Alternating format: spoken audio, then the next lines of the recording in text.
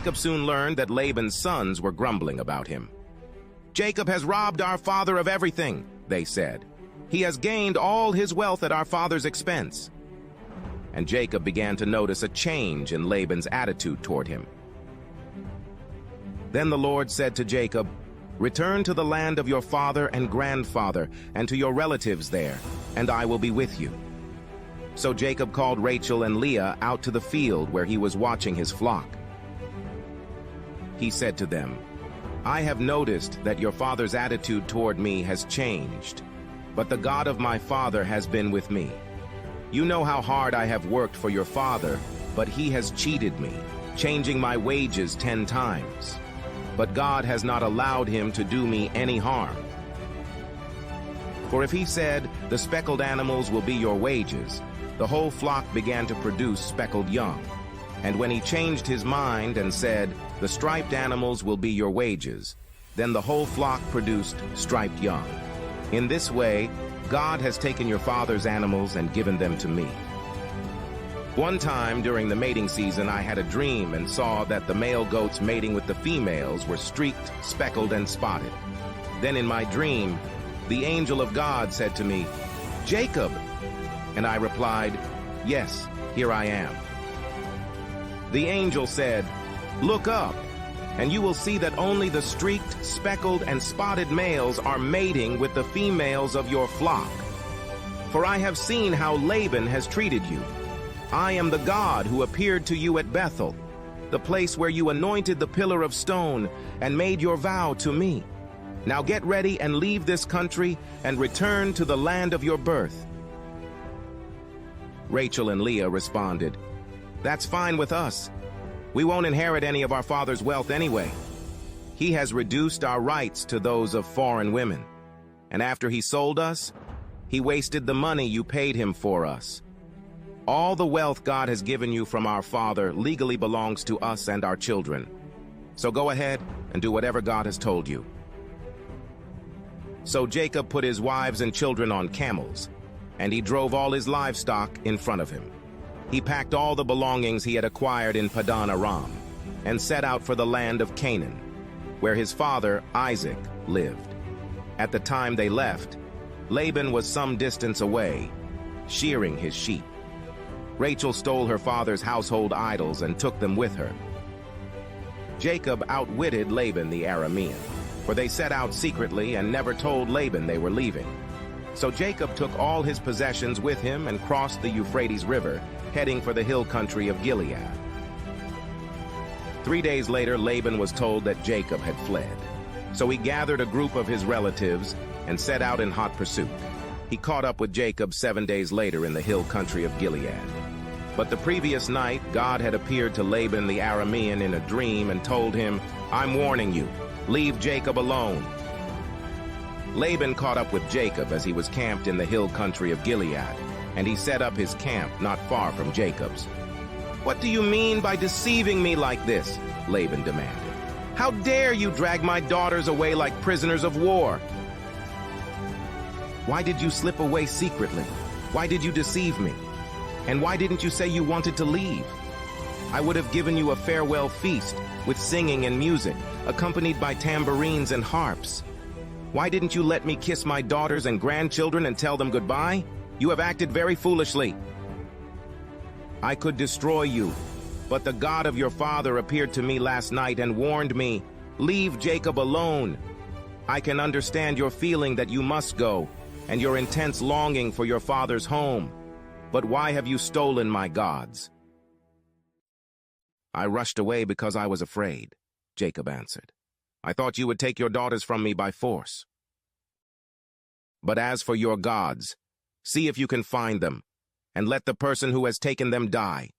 And if you find anything else that belongs to you, identify it before all these relatives of ours, and I will give it back."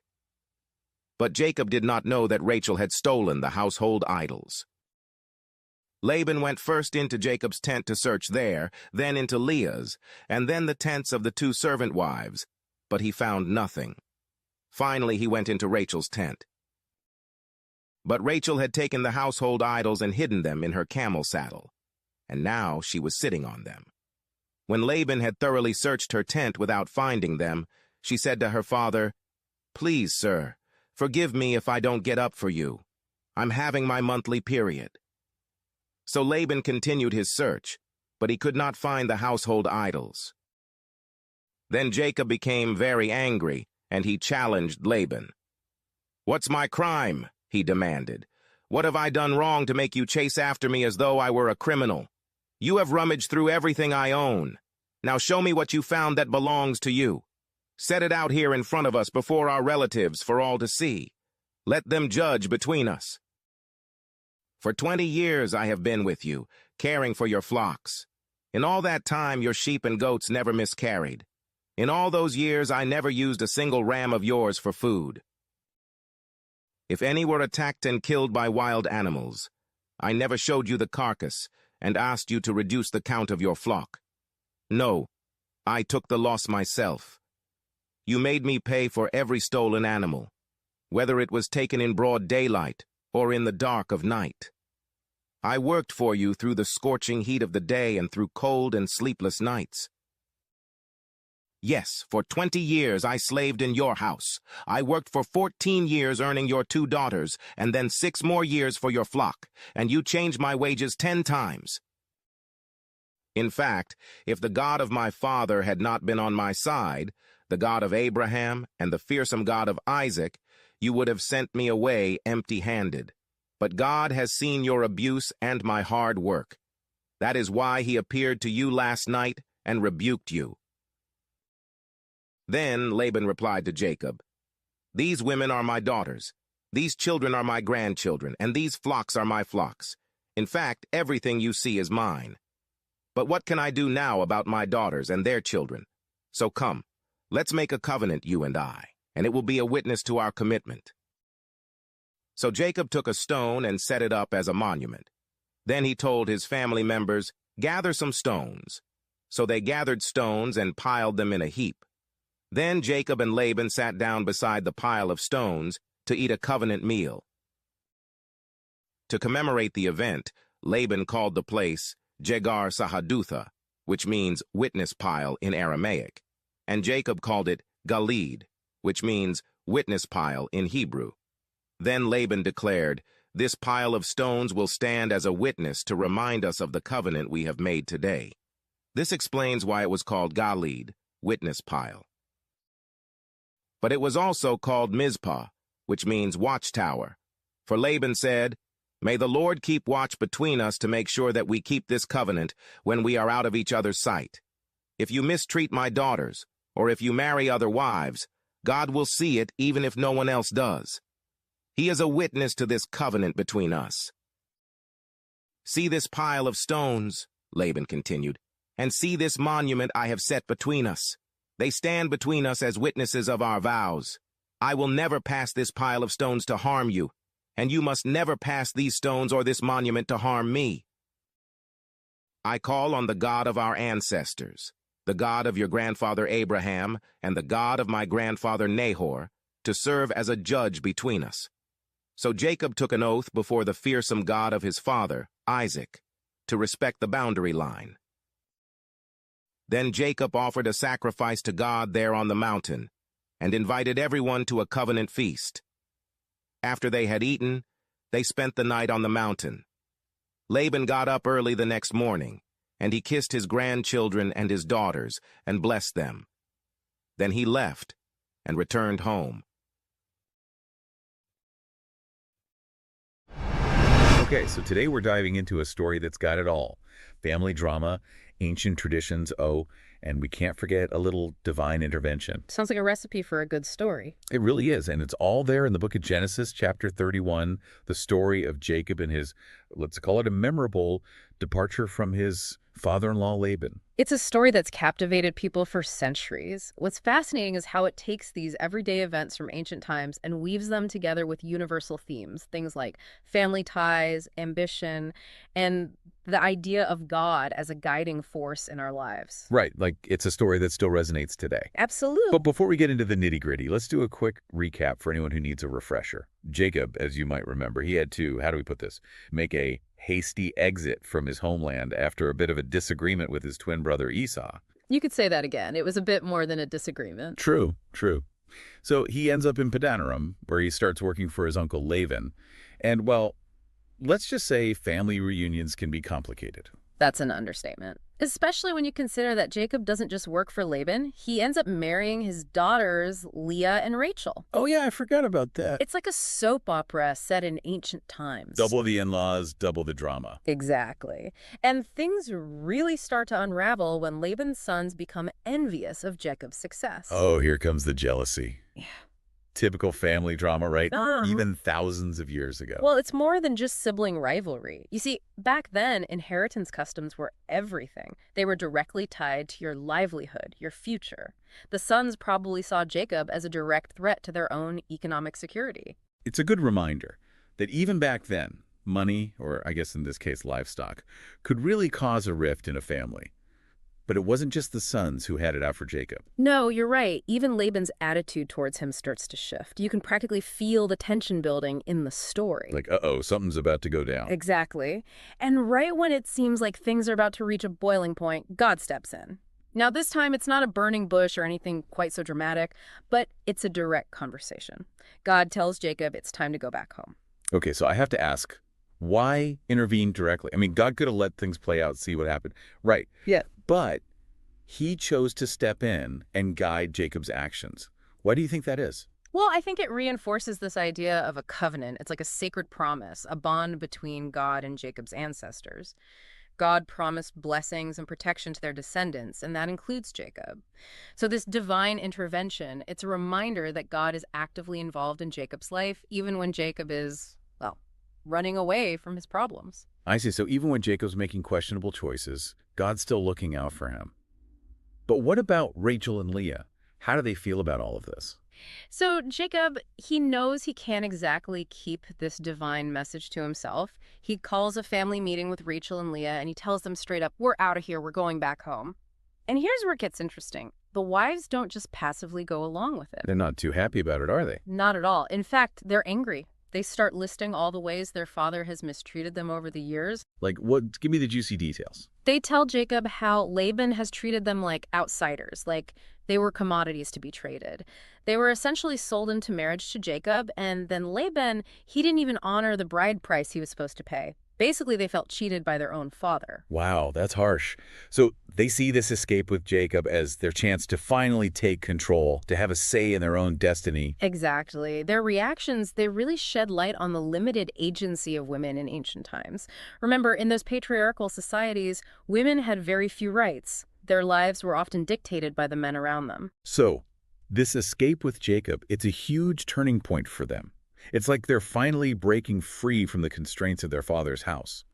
So under the cover of night, they pack up everything. I mean, everything. Family, possessions, livestock, the whole 9 yards, and they make a run for it.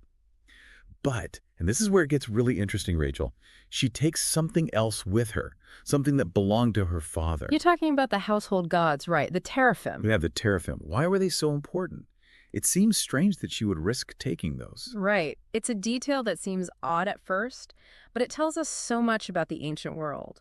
You see, these teraphim, they were more than just decorations. They were believed to have real power. Some scholars think they were connected to inheritance rights, or family protection, maybe even the worship of other deities. So by taking them, is Rachel making a power play? Is she trying to claim what she believes is rightfully hers? It's hard to say for sure. The text doesn't explicitly reveal her motives, which makes it even more intriguing. Maybe she thought she was bringing her family's good fortune with her. Whatever the reason, it adds a whole other layer to her character, and it makes you wonder about her beliefs, her motivations. It definitely paints her as a woman of action, someone willing to take risks, even if it means bending the rules a bit to get what she wants. But I have a feeling that this little act of defiance, it's going to have some serious consequences. I don't think Laban's going to be too happy when he finds out about those missing household gods. Oh, you're absolutely right. He is not happy, to say the least. When Laban realizes what's happened, that Jacob and his daughters have up and left, well, he's furious. He rounds up his men and sets off after them. I mean, he is determined to bring them back. And we're not talking about a quick trip here. It takes him, get this, 7 days to catch up with them. 7 days. Just picture it. The simmering anger, the planning, I don't know, the sheer determination. It really gives you a sense of the distances involved back then, doesn't it? And the pace of life. This wasn't just a quick hop in the car, but just as Laban is about to catch up with Jacob, have it out with him, something happens. God intervenes again. Again. How so? God appears to Laban, this time in a dream, and delivers a very direct warning. Okay, now I have to know, what does God say? How does he intervene this time? God tells Laban, point blank, be careful not to say anything to Jacob, good or bad. Wow. He doesn't mince words, does he? It's almost as if God is shielding Jacob. But why? Why this level of protection for Jacob, especially when he's clearly not in the right? At least not completely. That's a really good question, and it's one that's puzzled theologians for, well, a very long time. Some people believe it has to do with God's commitment to the covenant he made with Abraham. It was a promise to bless Abraham and his descendants, and Jacob, well, he's part of that lineage. So it's bigger than just Jacob. It's about God's faithfulness to his promises, even when the people involved, well, they mess up. Right. God's working through flawed individuals, maybe even using their mistakes to bring about something greater. Yeah. But divine intervention or not, Laban is still fired up when he finally confronts Jacob. Oh, I bet. He's not just going to forget about it because of a dream. Exactly. Laban unleashes his anger on Jacob. He accuses him of stealing his heart, his daughters, his precious household gods. He even compares it to kidnapping. The language is really powerful. Oh, man, imagine being Jacob in that moment. And remember, Jacob is totally clueless about Rachel taking the household gods. He has no idea. So he denies stealing anything. He's so confident in the fact that he tells Laban to search the camp. He's like, go ahead, look around. You won't find anything. Talk about an awkward situation. The audience knows about the idols. Right. It's like we're in on a secret that Jacob isn't. So, of course, Laban starts searching Jacob's entire camp. He's looking for any sign of those stolen goods. I can just imagine this scene. Everyone on edge, tents being tossed around, possessions scattered everywhere, and in the middle of it all, you have Rachel. What's she doing during all this? Rachel, she's an interesting character, isn't she? She stays calm, collected. When her father gets to her tent, she tells him she can't get up to help with the search because, well, it's that time of the month. Oh, clever. It's a clever excuse, and it works perfectly. Laban searches her tent, never even thinking to look where she's hidden the idols. Right there, in her camel saddle. Wow. She's quick on her feet, that's for sure. But it's also a reminder that this was a high-stakes situation, and she was doing what she had to do to protect herself. So Laban searched high and low. I mean, he really turned the place upside down and came up empty. No household gods. I can't imagine he took that very well. No, not well at all. It's a turning point in the story. Laban is frustrated, Rachel's relieved, and Jacob finally realizes he has the upper hand, and he lets Laban have it. Lets him have it. How so? He lets loose on Laban. He doesn't hold back. He brings up everything, all the ways Laban wronged him over the years. Like what? He talks about the unfair wages, the constant danger he faced while tending the flocks, how he poured his heart and soul into building Laban's wealth. You really get a glimpse into the hardships these shepherds faced. So it's like Jacob saying, look, I did all this for you, and this is how you treat me. Exactly. He even reminds Laban that if it weren't for God's blessing on his flocks, Laban would send him away empty-handed. Right, because through all of this, we see that divine covenant at work. It's a good reminder that even when we make mistakes, even when we stray from what's right, God's faithfulness and his promises, they remain. So what happens next? Does Laban just storm off? I mean, they're both pretty fired up at this point. You'd think so, right? But here's where it takes another turn. Instead of more conflict, Laban does something unexpected. He suggests they make a covenant, a formal agreement, to try to establish some peace between them. Wait, really? After all that? After all that anger and accusing and searching, Laban wants to make a deal. It seems strange, but I think Laban realizes he's in a weak position. His daughters are with Jacob. God has clearly favored Jacob, and continuing this feud, well, it's just going to lead to more loss. So he's being strategic. Exactly. It's a way to protect his interests, but it's also a way to acknowledge that things have changed between them. They can't go back to how things were. So how do they seal this covenant? I mean, it's not like they could just, sign on the dotted line. They do something that seems simple, but in the ancient world was incredibly meaningful. They built a monument out of stones. Stones, like a pile of rocks. It might seem basic, but back then, physical markers like this were incredibly significant. It wasn't just a visual reminder, it was a tangible symbol of their commitment. Like their word of honor, etched in stone for all to see. Exactly. This monument, or cairn as it's sometimes called, would serve as a permanent reminder of the covenant they made, and to make it even more binding, they called upon God as their witness. Because even back then, they knew that agreements, especially family agreements, needed a little extra help to hold up. Right. And to further emphasize that, God's watching over them, holding them accountable, they name the place Gilead, which means witness pile. But they also call it Mizpah, which means watchtower. So even though they are parting ways, they're acknowledging that God is still present, watching over them. I love that. Even in the middle of this very human drama, with all its flaws and mistakes and messy emotions, there's this reminder of something bigger, something transcendent. It's a good reminder for all of us, isn't it?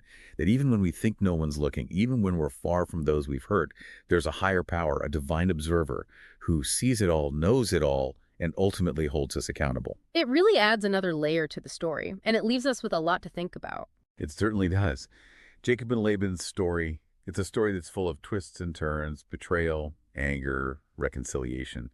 It's a story that reminds us that even thousands of years ago, human nature wasn't all that different. We still struggle with the same desires, the same temptations, the same longing for connection and belonging. And sometimes, just like Jacob and Laban, we have to hit rock bottom to confront the consequences of our choices before we can find a way to move forward, to rebuild what's been broken. But even when things seem their bleakest, even when we feel lost and alone, there's always hope. Hope for forgiveness, hope for reconciliation, and hope for a future where even our most painful experiences can be transformed into opportunities for growth, for understanding, and for a deeper connection to something greater than ourselves. Thanks for joining us for this deep dive. We'll see you next time.